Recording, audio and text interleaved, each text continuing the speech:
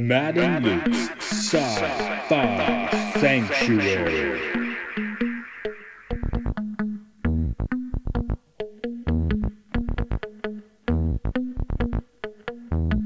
The year is 3013. The galaxy is scintillating in the mellow light.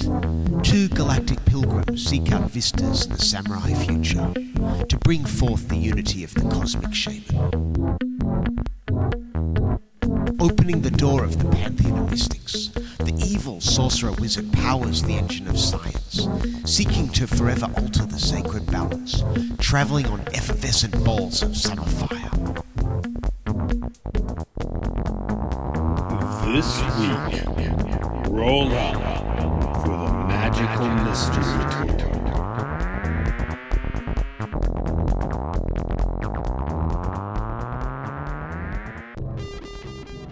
In the year 1967, we went on a magical mystery tour. Well, you and I didn't. We collectively as a species did. Okay, there I go. Because I wasn't yet a gleam in some sailor's eye in 1967, but... yeah, today's film is Magical Mystery Tour.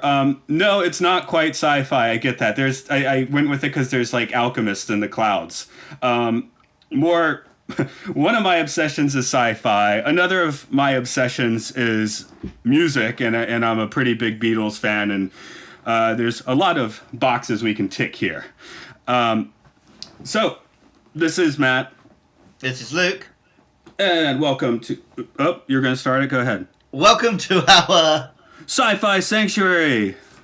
A little backwards today. I do love this film, but the real thing we have here is we have a guest today who just converges on so many of the best things about the 60s. For the art scene, he was friends with Yoko Ono early on when she was doing some of her first avant-garde art. He ended up being Moonwatcher the Ape in 2001 A Space Odyssey, which definitely makes him some sci-fi royalty. And then for my musical love, he served as John Lennon and Yoko Ono's personal assistant from 1969 to 1972. He's been referred to as the most famous unknown actor in the world. And yes, ladies and gentlemen, we are bringing a master mime onto an audio-only podcast. It is Dan Richter. Hello. Hi there. How you guys doing? We're doing great. Yeah, it's it's an overcast day in Japan, but nice day off for us and so forth. So, for me, I guess Dan, we're definitely going to ask you a few questions soon. But for me, this movie was seen on grainy VHS copies for me through the 90s. I think I finally got a Blu-ray, which looks nice, but I just like to return to this one. It's on YouTube as well if anyone wants to watch it, if you want to watch it that way. It's a pretty easy one to find, but the weird thing is it's like the biggest band in the world basically making a home movie, which is weirdly charming. Luke, I think this is the first time you've seen it? Yeah, I mean, of course, growing up in the UK, I was aware of this and of the Beatles, but this was my first time actually watching it. Have you seen, like, footage with them or anything to speak of? Yeah, of course. Like, there would often be documentaries, or I'd see them on, like, Top of the Pops 2 and stuff like that. So, of course, I've seen a fair amount of Beatles stuff. Yeah. And Dan, when did you first see this one? Magical Mystery Tour I saw when it came out in London. I was in London at the time, and I would see the Beatles at parties and things like that, and at friends' houses. So I was sort of into them at the time in ç67. I was working pretty much all day long for Stanley Kubrick on 2001: Space Odyssey because we were pretty much working around the clock. So I wasn't on the town as much as I would be normally. Right, and this aired on television, black and white, I believe. No, it's color. Oh, the movie's in color, but I've heard that the first airing was black and white. Maybe you had a more privileged viewing. I remember it as color. Oh, yeah. Yeah, when it first aired on television. But I could be wrong, but I don't see a reason for it to be in black and white. There was color TV at the time. Yeah. And it's a very sort of flower powery, spacey cartoon, drawing with also the colors are sort of critical. Sorry. Actually, that's Yellow Submarine, which I did mention to you at first. We're looking at the live action one today. I'm sorry. Yeah, Magical Mystery Tour. Yeah, I don't remember that being in black and white. I did some work on it later. I tried to blow it up to 35 millimeter. I can't remember what it was in originally. I had it in my editing room at Apple for a while. It looks quite 16 to me. I mean, of course, you blow it up and now it's 35, but... Yeah. It probably was, thinking of the people who would have shot it. And, you have to remember, I have an addled old brain, but that's the way I read. Anyway, ask me more questions about it. Yeah. I guess how much of the 60s does this have, like the flavor of the 60s scene in London? It feels more real to me. I sometimes like watching educational films because they're relatively low budget. I feel like you get more of an insight into the period you're looking at. So for me, part of the charm has always been... It's very, very much so. They weren't that happy with it. Because it had home movie qualities to it, and at this point the Beatles were experimenting with all kinds of things. They had set up the Apple office, and they had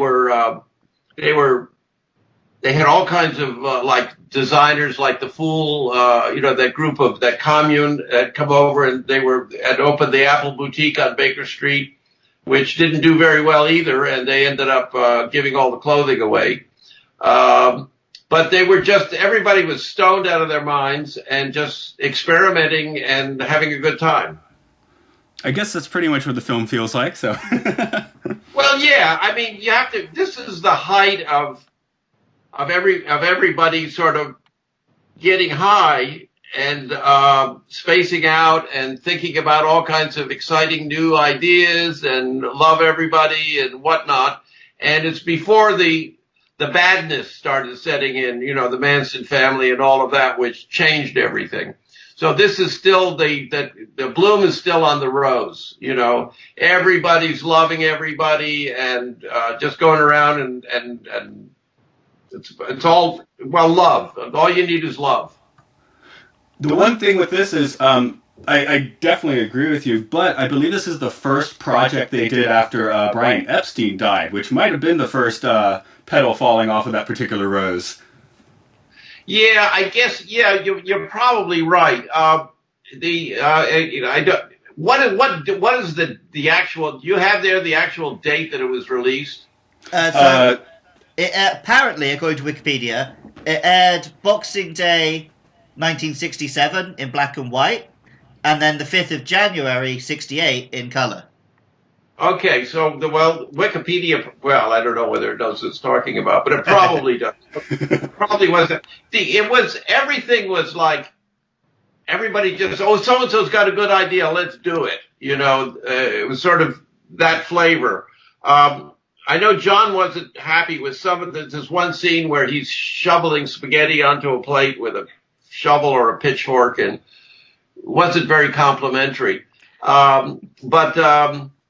Yeah, it was shot in 16. Right. We'll get a little deeper into the film, but just for the listener and everyone, Luke is going to give a pretty short synopsis of this one, but we like to give a synopsis and then get a little more into the actors. So, Luke, can you take us there? I can try.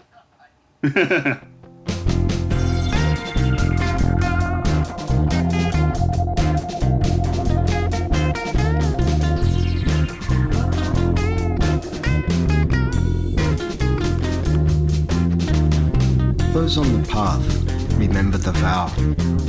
Be aware and authentic to where you are now. Virile hides the marsh crocodile in veils of mystery.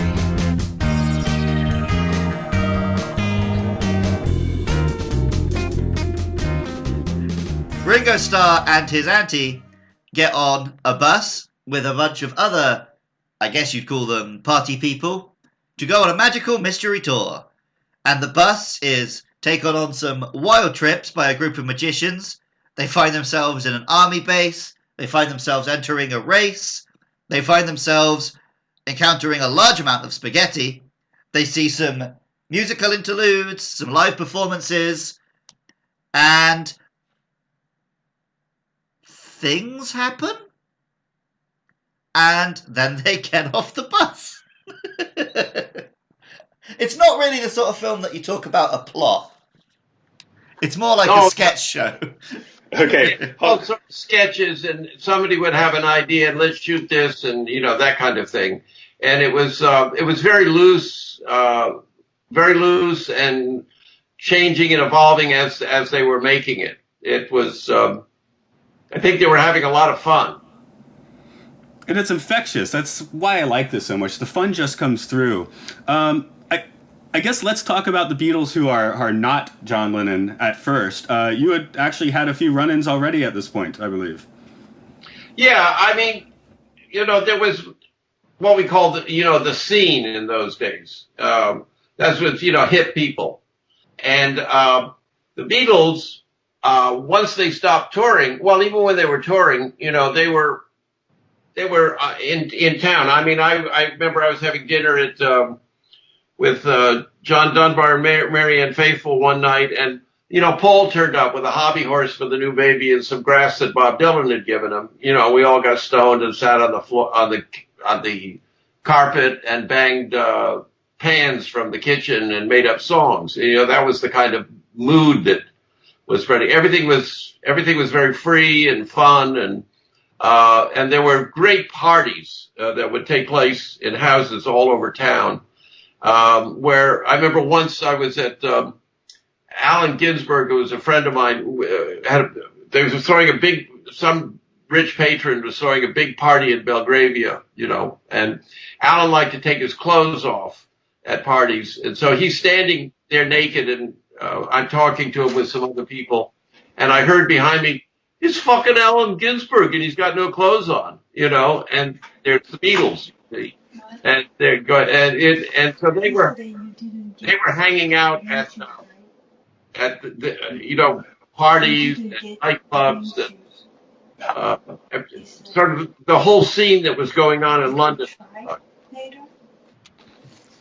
Oh, it sounds like Matt's being told off by his wife. No, I was asked if I had gotten my rain shoes, which I have not yet, and it's the rainy season in Japan. Okay. That sort of party scene just, I guess it's particularly unimaginable today, so. I was thinking about that today, guys, and it's almost impossible to describe to people what it was like, because because it wasn't the physical things we were doing and saying, it was the feeling that was going around, that the world was changing. It was a new world. We had everybody had turned on and tuned into this whole new thing, and it was going to be incredible. And it was, love and just colors, and everything was great. And it was like, you thought you were in heaven. We weren't, but we thought we were. I guess it's, mass marketed things often have a falseness about them, and just to be happy people in a certain way. I feel like we all need to sort of create our own culture, and that period, just you were able to create your own culture on like steroids, basically. Yeah. Let's put it this way. I used to publish beat poets. I had a poetry review called Residue, and we were going to do a poetry reading with Allen Ginsberg, and he was going to go on television. And so now most of the poetry readings we had done were for in the backs of bookshops for 60 people at the most, 30 people. But Allen said, they want to talk. He had been arrested in Czechoslovakia because the students had made him the King of the May, and he had run around naked again, and the Czechs had thrown him out. It was in the newspapers. And so he was going on the national news in England, So we said to him, Alan, we'll get an address. You tell people, and we'll get lots of people to come to a poetry reading. So I was looking for a place with my wife Jill, and we were smoking a joint over in Hyde Park, looking across at the Albert Memorial there, and there was the Royal Albert Hall, this gigantic hall that holds 4,000, 5,000 people, and it was good grass, So anyway, we went in, and I said to them, how much does it cost to rent this place? And they said, well, you're in luck. There's been a cancellation for about 6 days from now, something like that. And we had a little bit of money because Jill's family had just cashed in an insurance policy that they had set for her. So we wrote a check, put a deposit. Alan went on the radio that night and the television that night and said, everybody's got to come to this thing. I went back the next day thinking, well, all we have to do is if we get 500 people, that'll pay for it, Went back and I said, do I have to give you any more money? They said, no, you've almost sold out already. And so suddenly there were thousands of people smoking dope, turning on, listening to, all this new music. I don't know where they all came from, but it seemed to happen overnight. And London seemed to be sort of the epicenter of what was going on. And it was like a dream. It was beautiful. Luke, can you recognize this London and all? You've been there a few times. No, London today is so dry. I feel like the 60s was the last time that you could really honestly call London like the cultural capital of the world. And I feel like now most people would move that over to America or even to Asia. But back then, like, the music was coming from London, the films were being filmed in London, like, all the great art was happening in London. I guess that's just where all the cool people were. But now, if I walk around London now, I just see bankers. Yeah, the Beatles had a lot to do with it because they were so popular. Mm. And there were many other bands, British bands, and they were just taking over. And I mean, in terms of the whole world, and it's hard to explain to people how big the Beatles were. They were much bigger than the music world. They were just the biggest thing around. It doesn't matter what it was. They were bigger. And they had just taken over everything. Also, they were a main source of foreign money coming into England. And with the other bands that were starting to take off, like Stones and whatnot, it was absolutely amazing, and it was like being at the center of the universe. Can we get just an impression or two of George Harrison or Ringo Starr? Well, nice guys, both good musicians. Ringo was. I didn't see them as much as John, but I knew them pretty well. I saw a lot of Ringo because I had an office at the Apple office, and Ringo had one there too. And so I would see him, have lunch or do a couple lines or something like that, hang out. George was a quieter soul, but very, very sort of spiritual and thoughtful, wonderful man. And, I'll give a perfect example. If you want the comparison of the two, I was showing any film that had to do with the Beatles, for the Beatles, I would take to the Cannes Film Festival. And I was showing their films down there. I was showing Ringo had a spaghetti western he was in, and George had a thing he had done with Ravi Shankar in Indian music, and John and Yoko had a couple films, and they had also bought a film called El Topo, which was very hot then. And so I had a French press agent, and I was showing films every night at the festival. And Ringo had rented this incredible yacht. I mean, big, with formal dining room and the whole thing. And so he had a big party out there. And that was Ringo, and it was beautiful. And I'm sitting at the table, we're having dinner, and George is beside me. And he leans over and says, "Hey, Dad, you got any doogies?" Which is what meant grass, And I said, "Yeah, I got a little bit on me." He said, "Let's get out of here." And so we went up and sat on the top of the boat, looked at the lights, of Cannes across the water. And Ringo was the guy who wanted to have this wonderful dinner with all kinds of interesting people and sort of social animal. And George was the guy who wanted to go and get away from everything and sit up quietly and smoke a joint and look at the lights, you know.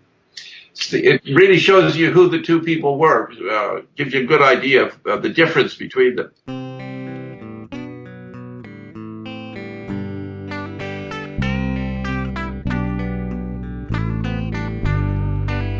Magic, spread, and spirit ropes.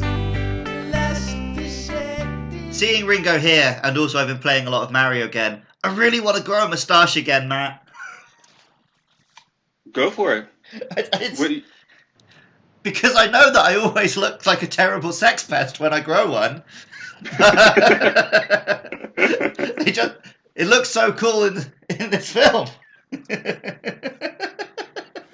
Yeah, it's a nice one. Let's get talking about John Lennon a little bit. And Dan, from your book, it seems you got to actually know him trapped in a closet, was it?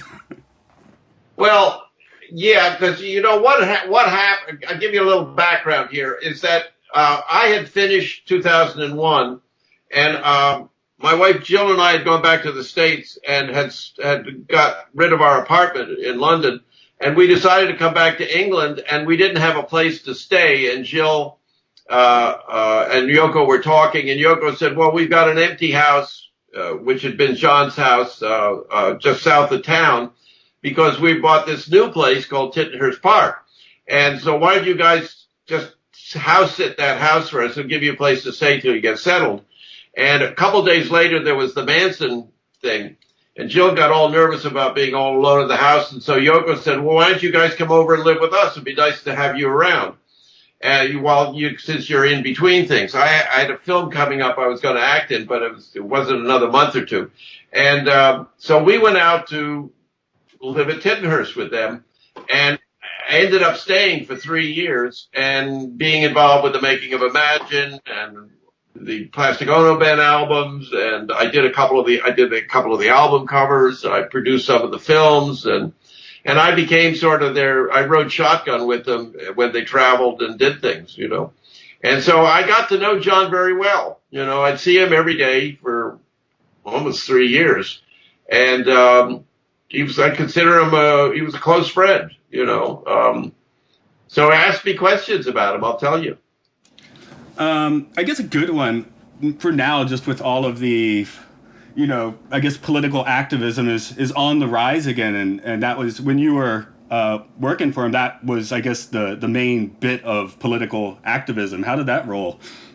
Well, you know, both John and Yoko were they really wanted to. Well, I'll give you again some background. Is that Yoko said to John after they'd met, "When you sing 'I Want to Hold Your Hand,' millions of people around the world hear 'I Want to Hold Your Hand.' Why don't you since everybody's listening to you and going to listen to anything you say, why don't you say things that could change the world?" And John said, "Well, that's cool." And they started doing their when they got married, they did the bed-ins, you know, at the Hilton in whatchamacallit, I guess it was Vienna, and then or was it Amsterdam, I guess, and then also one in Montreal. And they began the whole process of they got involved in many causes and whatnot.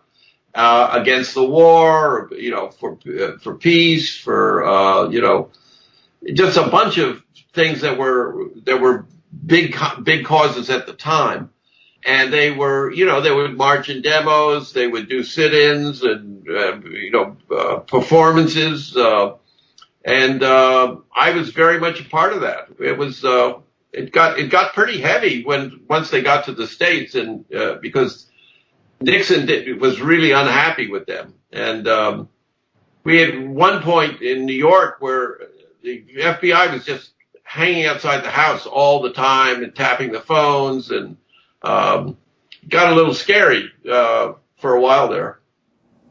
I would imagine. What techniques, I mean, you know, maybe people listening to this are feeling stronger about issues now. Are there any just ways to approach people with divisive issue that, maybe can chill them out a little bit or open the door for like a good conversation? Because when you're going down the streets being mobbed, you need to, I guess, have a few techniques or tactics just how to chill people out a little bit. Well, the thing about John and Yoko is that they understood that John was arguably perhaps the most famous person in the world at that point, and so it was easy for them to get people's attention. All that John just had to open his mouth, and millions of people would hear it. They would hang on his words. So for them it was easy, and they lent that to other causes. I mean, there were lots of things we were doing. For instance, there was the Oz obscenity trial, which was about censorship, and we actually had the people who had been charged by the government living out in Ascot, and we got them, printing machines so they could make flyers. And John wrote a song to raise money for them, which I did the cover of, and I actually recorded it. And whatever the main thing that anybody, if you're talking about what other people should do, is just get out and be visible, and do it. And John and Yoko both always were against all forms of violence, which I think is really important, because when you do, you lose credibility. But it's a tough time now. Again, people. I think it's great to see people in the streets, and it's about time everybody was equal, and not some more equal than others. So something you often hear a lot these days, whenever any kind of celebrity or musician or actor tries to speak out on an issue, people are always they're giving it like, oh, I don't listen to you for these opinions. I'm here for your music. Don't get political. Was there a lot of that kind of pushback to John back in the day? Well, absolutely. You're just a rock and roll musician. How the heck, what are you talking about the Vietnam War for? I mean, where do you get off telling us Americans what to do? But a lot of it was worse then than it is now. Let's put it that way. Okay. Because much worse. And so John and Yoko are real pioneers in terms of celebrities using their position for causes. Today, I mean, a lot of celebrities do stuff, constantly. And but back then, the idea was like, you're not supposed to do that. You make us music, but don't tell us what to do politically or what to do with our lives. I guess another interesting thing from your perspective would be, we're going to do this podcast, and afterwards I'm probably going to take a walk around my neighborhood, drop into a convenience store, which we can actually still do in Japan. But you were living in quite a bubble with him. That's not a guy that can just stroll on down to the corner market. No, it was, as you saw, John was killed, because, and what we did a lot of, I would do a lot of things to try to protect them. Like, for instance, I never told anybody where and when we were going to go someplace, unless it was on a need-to-know basis. Usually we would, they wouldn't say, okay, I want to go shopping, whatnot. They would send assistants out to, if Yoko wanted a pair of boots from Bergdorf Goodman, somebody would go out and buy 10 or 15 pairs, all different choices of them, give them the American Express card or something, and bring them back to her, and then she pick the one she likes or two she likes, and then they take all the others back. They could always stop if they were driving around in the limo. They could stop and get out for maybe 30 seconds, a minute or two before they were recognized, and then they'd have to jump back in and go again. We once, John and Yoko were meeting Bob Dylan at the plaza one afternoon, and so we pulled up in the limo, and I had the limo, instead of pulling up at the main entrance, you probably don't know the plaza, but up at a side entrance so we could slip in, the limo pulled up, I got out, I checked everything looked cool. So I went back to the limo, I said, yeah, it's cool, let's go.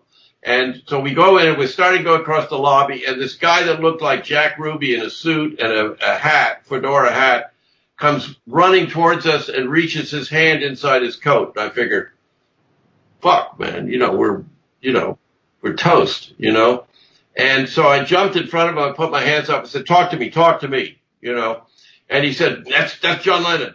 And I said, just talk to me. What do you want? He said, well, we're security. I said, God, you scared the shit out of us. What are you doing? And so anyway, we went and got in the elevator, and there's Bob, laughing, and he's got like an army jacket on and a floppy hat and shades, and the hat's pulled down. You'd never know it was Bob Dylan, But you were always worried about that moment would happen, when something bad would happen. Yeah, and just a little bit back into the Magical Mystery Tour, there is a scene which stands out to me, which is George and John just playing with a kid on the bus, which seems just way more authentic than pretty much anything you'd see in a movie. How do you feel about that one? Well, yeah, look, guys, it wasn't really scripted, and there wasn't like a director, big budget, director of photography. There were photographers, but it wasn't made like a movie, and so a lot of it was very improvisational. It's them just doing stuff and just experimenting and playing and having fun. Okay, George, it's going to talk to a kid, see what happens,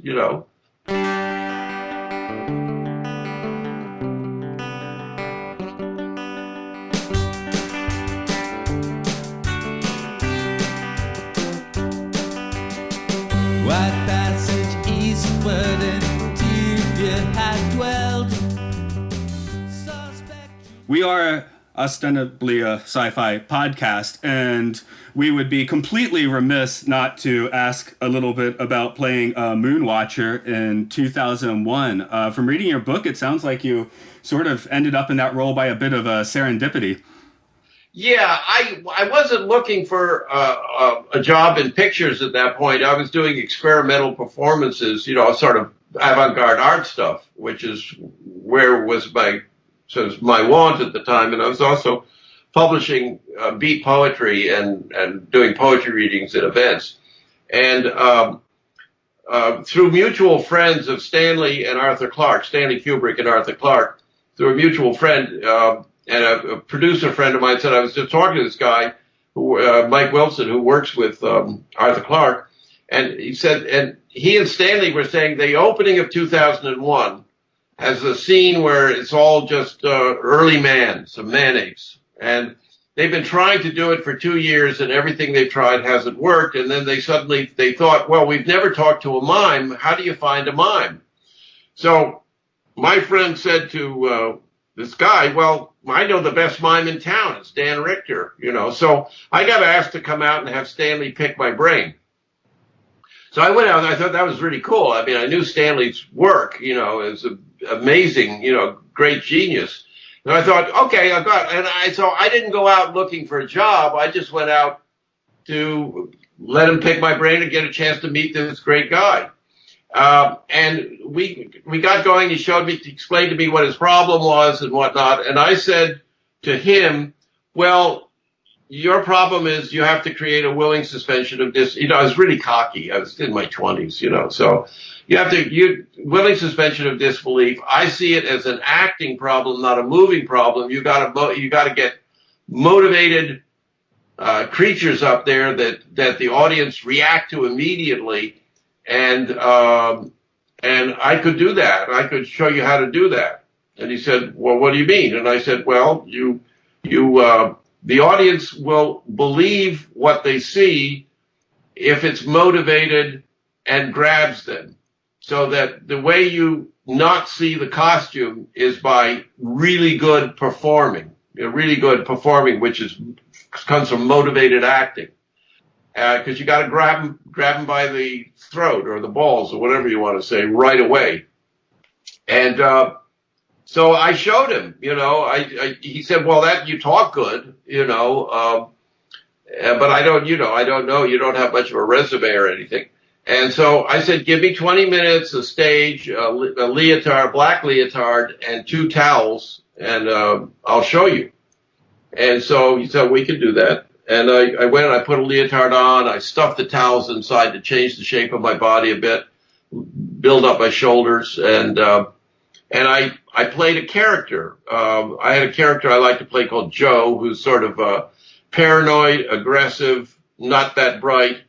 So I told Joe, just be a monkey, be an ape.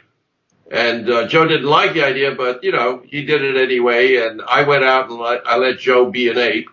And Stanley loved it. And then I went back and then I played a very timid character I have that's very nervous. And I went out and played that character. And I explained to him, and he loved that. And I said, it's like Snow White and the Seven Dwarfs, sleepy, dark, dopey.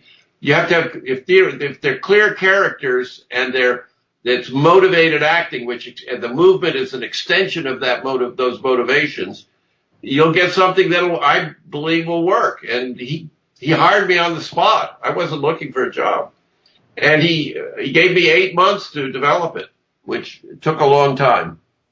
And some of that involved. Oh, go ahead, Luke. I was gonna say, I'm a big fan of all kinds of like creature features and monsters in suits and animals and characters like that. Can you think off the top of your head some examples which do that well and imbue that character, and some which don't? Well, I think the Star Wars characters, some of them worked very well. They had George Lucas had the advantage of using Stuart Freeborn, who did 2001, and but I think I got to tell you guys, we're the best. What we, I'm a humble guy, but we did it better than anybody, and I don't think anybody's done it as well since. Because they can't afford to.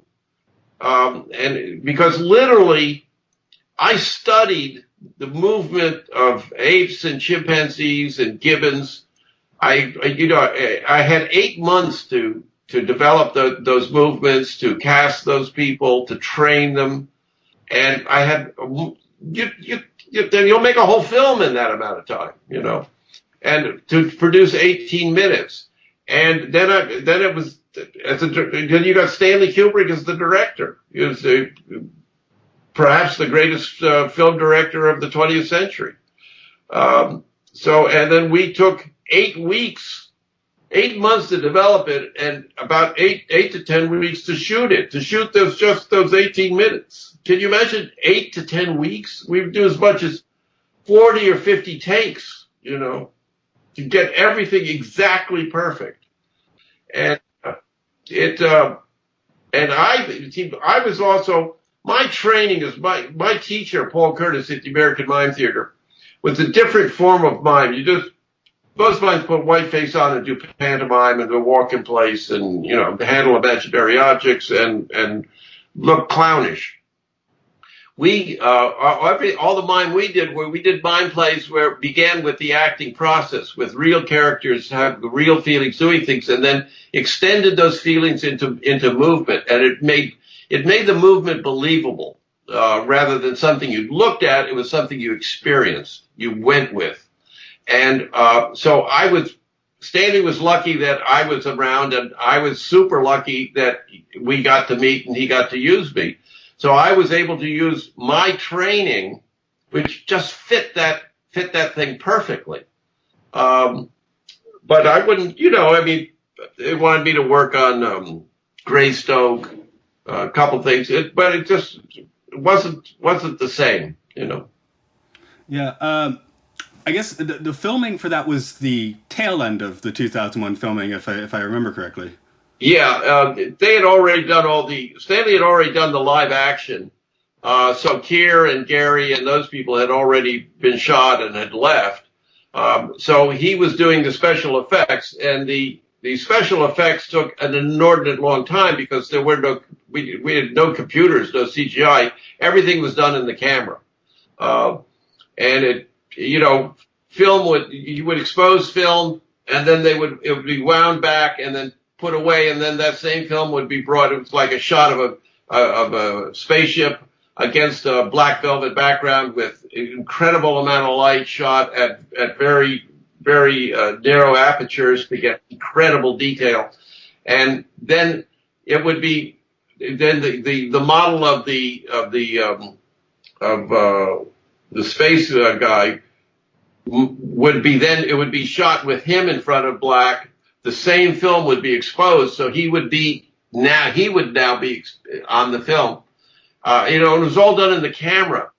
It was incredibly meticulous, and we were way over budget.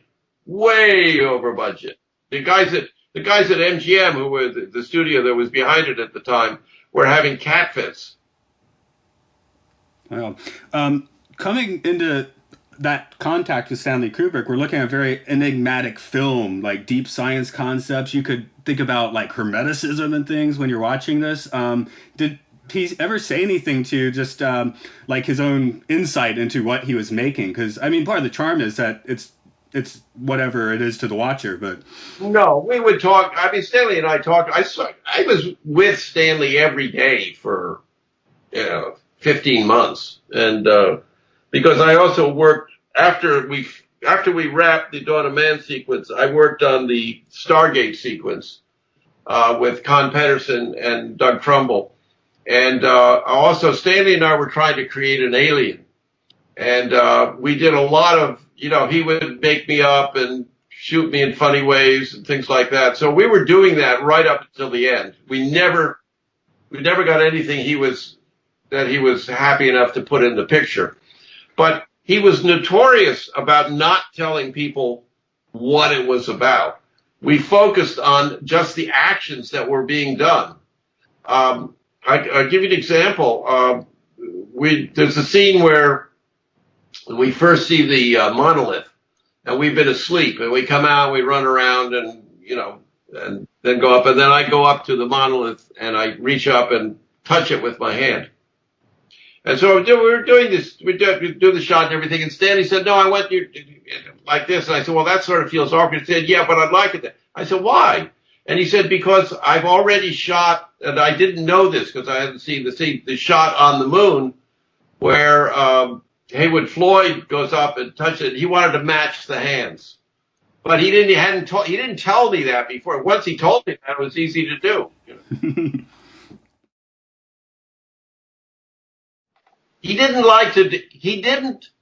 The thing about Stanley's pictures is he didn't want to tell people what was they're about, because then they would think that when they were watching it, rather than having the pure experience he would want the film to speak for itself.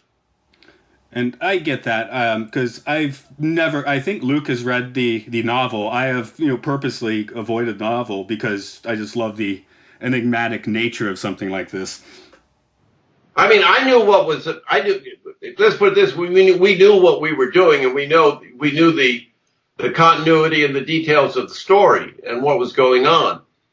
And so people are always amazed at things like, for instance, when I throw the bone in the air and then you see this satellite orbiting around the Earth that matches, that's a hydrogen bomb satellite. Now, nobody knows that.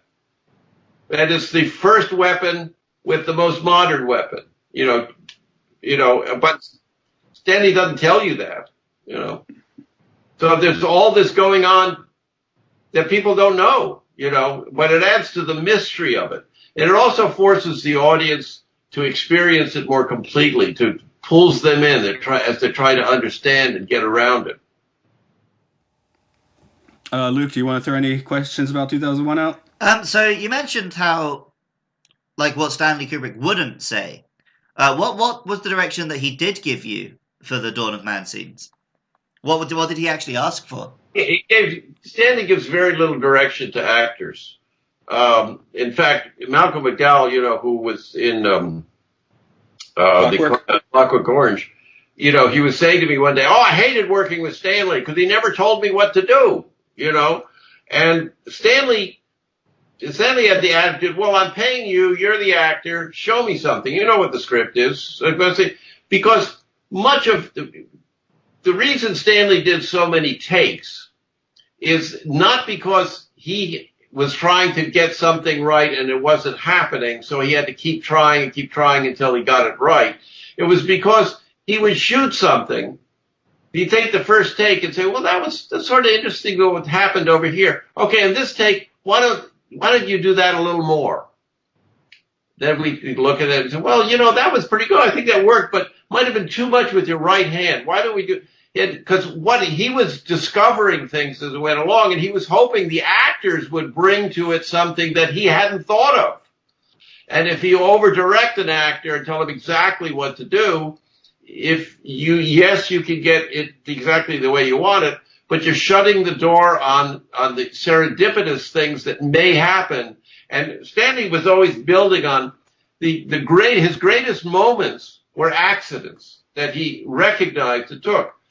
For instance, throwing the bone in the air was not in the script. What happened is that when I first doing those first takes where I picked the bone up and start playing with it, a little bone flipped up in the rib bone flipped up in the air because I hit it just on the edge. And I said, "Oh, I'm sorry," because Stanley and I were talking to each other because I had a mask on and we had no sound running. So, "I'm sorry, Stanley." He said, No, I like it. Do it again. So like that. So we did over the next few weeks, he kept wanting to extend that. So if you look at the actual scene now, it's, my God, it's like crashing of skulls and throwing them in the air and the tapir falling to the ground. He built that incredible moment from a little accident that had happened, and then by cultivating it and developing it, exploring it. And he once said that in a film he needs 5 or 6 great moments. That's what he needs. Something that goes beyond, those special things. And that it's not, to him, it's not taking the script and just making it as best you can. It's taking the script and using that as a starting point for things you will discover, and hopefully you'll discover enough really special moments which you can enhance and develop, so the film will be wondrous.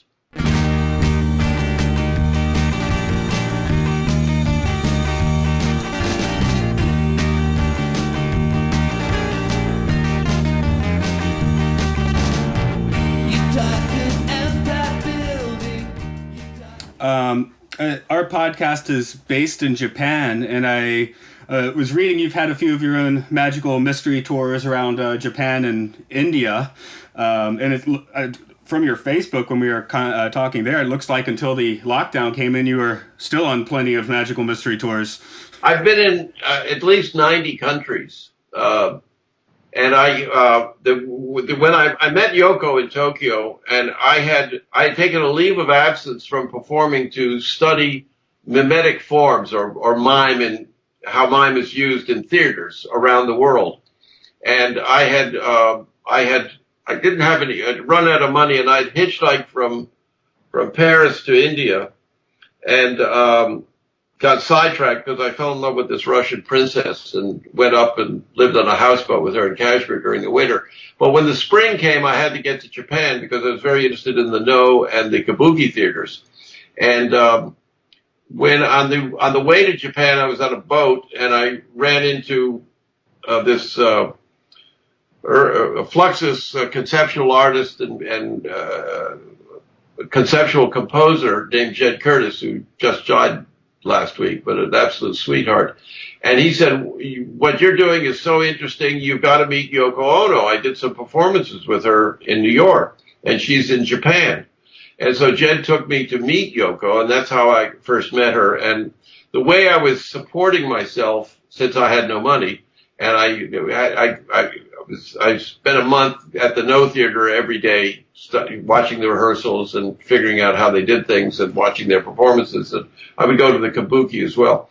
Is that I would, I had a flag. I would stand on the street by, I guess it was by Shinjuku or Shibuya, something like that, by one of the big subway stations, and I would write a poem for anybody or do them a dance, and if they would give me money, And so I needed this big flag, and I'd written this poem, and Yoko translated it into Japanese, and her then husband Tony Cox was a good calligrapher, and he wrote it out with ink on the canvas, which were hung from bamboo poles, which I could set up, you see, and so I had a wonderful time. I loved Japan. I absolutely adored it. And I love sushi, so I was in heaven. Yeah, the romanticism of being a world traveler is amazing. But in my own life, I felt like a gravity's pull towards just this Nagano Valley, and I barely want to leave it. But yeah, I love it. Well, it's a wonderful place to be. I think you're very lucky. Yes, especially now. But yeah, tell me about it. We got a bunch of idiots over here running. It's like the lunatics have taken over the asylum, and people are dying, dropping like flies. Yeah. I guess since you've been in contact with so many people, people we all know, what are a few of the life lessons that you could share, I guess? Well, the thing about it depends on what you want to learn from life. The thing is that I think it's important to know who you are, because if you don't know who you are, you won't know what you want to do or what can make you happy, and you can't have good relationships because you have no idea who you are, and so you're not representing yourself accurately. So I think self-knowledge is very, very important. And I also think it's really important to pay attention and to listen, to hear what's going on around you and hear what other people are saying, and value everybody. Give everybody the same value. Yeah, those certainly sound like words to live by. And then for me, yeah, that key actually has been living in Japan. In America, I could just never get my head out of myself, whereas, or at least not in a profound way, whereas Japan just seems to be a nice place to do that. Yeah. Well, it's such a rich culture. I don't know. I love Tokyo. Yoko is. I have a lot of Japanese friends. That sounds terrible to say that I have a lot of Japanese. That's like I have a lot of black friends. I have a lot of friends. All shapes and sizes and colors and dispositions. But I guess we do need to be wrapping up, actually, because I have an appointment today. But Dan, you've written 2 notable books. Can you tell the good people a little bit about those? Yes, the first book I wrote is Moonwatcher's Memoir, which basically is a memoir about me, but focuses on the period that I was working with Stanley Kubrick. The purpose of it, Arthur Clarke and I were talking, and he felt that I should write down how we had made the opening of 2001, because Stanley had just died, and we felt that he and I were the only 2 people who knew the whole story of the opening, all the things that were done. So that was the purpose of that book, and people seem to like it, and it's out of print, so it costs a lot of money to get one, but it's still on Amazon. And the other one is I did this, pretty much the same thing with John Yoko. It's another memoir at which it talks about me. I sort of through my life, rather than about them. And but then because it covers that period, it's a lot about them, and it's a lot about them from my perspective. Not as a fan, but just as a friend and a artistic comrade passing through.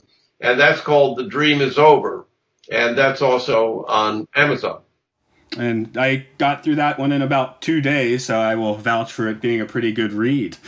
Good. Well, I tried to keep it short. You know, Yoko said, you got to keep things short. People have short attention spans these days. And she was gracious enough to do the opening, the foreword or whatever it's called. And I don't know, Yoko's an old friend, you know, it's, and I'm glad to see that she's getting, you guys probably don't know because she's so well known now and appreciated, but she was the butt of so much, they were treated her terribly when she and John first got together. I mean, just terribly. And, they said terrible things about her. The press was terrible to her. She's gotten past that, and people appreciate that she's a very unique artist who has made great contributions to culture. And continues to create today. Absolutely. Absolutely. Well, winding down a bit, we would definitely thank you. Just so many amazing stories. Yeah, Magical Mystery Tour is a bit of our red herring today. Just seemed like a good entry point, and we've done 2001, but revisiting in this way has been fantastic. So, well, Magical Mystery Tour really represented the Beatles at their freest before, you know, the pressures of life came in on them in business, and you know. When there was a couple of years there in London where they were just, everybody was free and just doing what they felt like doing, and were all excited and full of ideas and saw a new world coming. And the Magical Mystery Tours, it comes from that, you know, of that. And as people down the pike, of course we weren't there, but I feel like it's just a way to feel a little sliver of that vibe. So you will really get that vibe from that, and I think that's one of the most important things about it now is that you could, just by watching it, as you said, I guess it's on YouTube, you'll get a sense of what was like back then. Winding down, Luke, you want to give spit out the letters today? Yep. Well, if you've enjoyed listening to this podcast, you can find it on all of that internet stuff at MLSFS Pod. And please check out the 2001 episode if this is your first time listening. I think we genuinely start that episode by saying we couldn't tell if they were real apes or not. So that's about as much a testament to your work as we could possibly give, I think. So thank you again, Dan. Okay, well, my pleasure, guys. You take care, and I had a good time doing this. Yeah, thank you so much. We'll get this rolled up in a few weeks for you, and I'll send you a link when that is there. Thank you. All right, good luck with it. Good luck. Take care. Amazing. Thank you. Thank you so much. All right, bye-bye. Bye. Okay, Luke, you want to send the other folks out of our sanctuary? Okay, well, why don't you, the listeners at home, hop on your bus and go on a little magical mystery tour of your own out of our sci-fi sanctuary.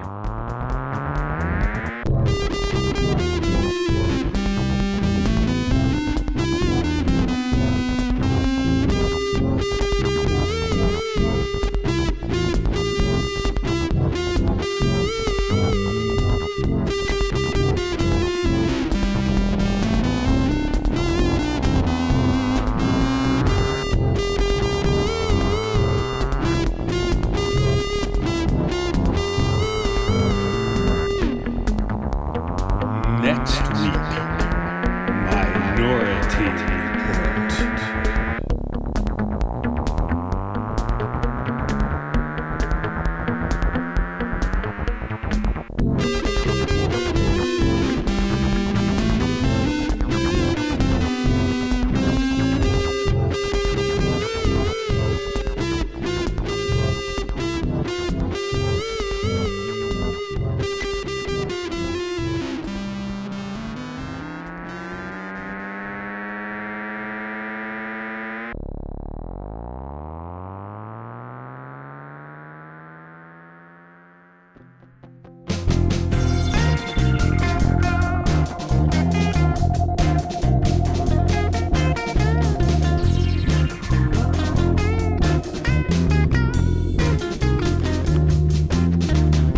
Those on the path remember the vow. Be aware and authentic to where you are now. Virile hides the marsh crocodile in veils of mystery.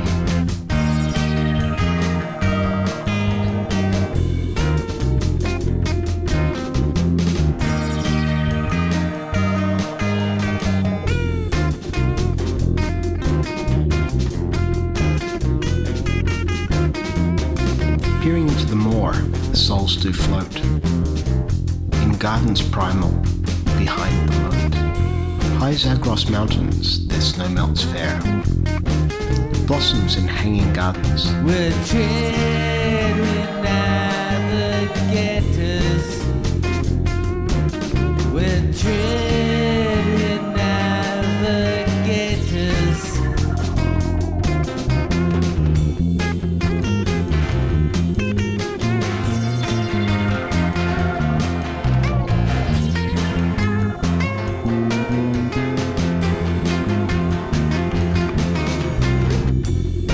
Tradewind navigators on Altair's celestial hook. Deep space aviators launch from citadels in brave Keokuk. The things of the soul, truth be all told, were never meant to ever be sold. See through impulse, question desire. We're navigators. We're trade navigators. Be the high priest and walk through the fire. Springs of fire and water to immerse and be clean. From the mire of dust, transcend from the dream.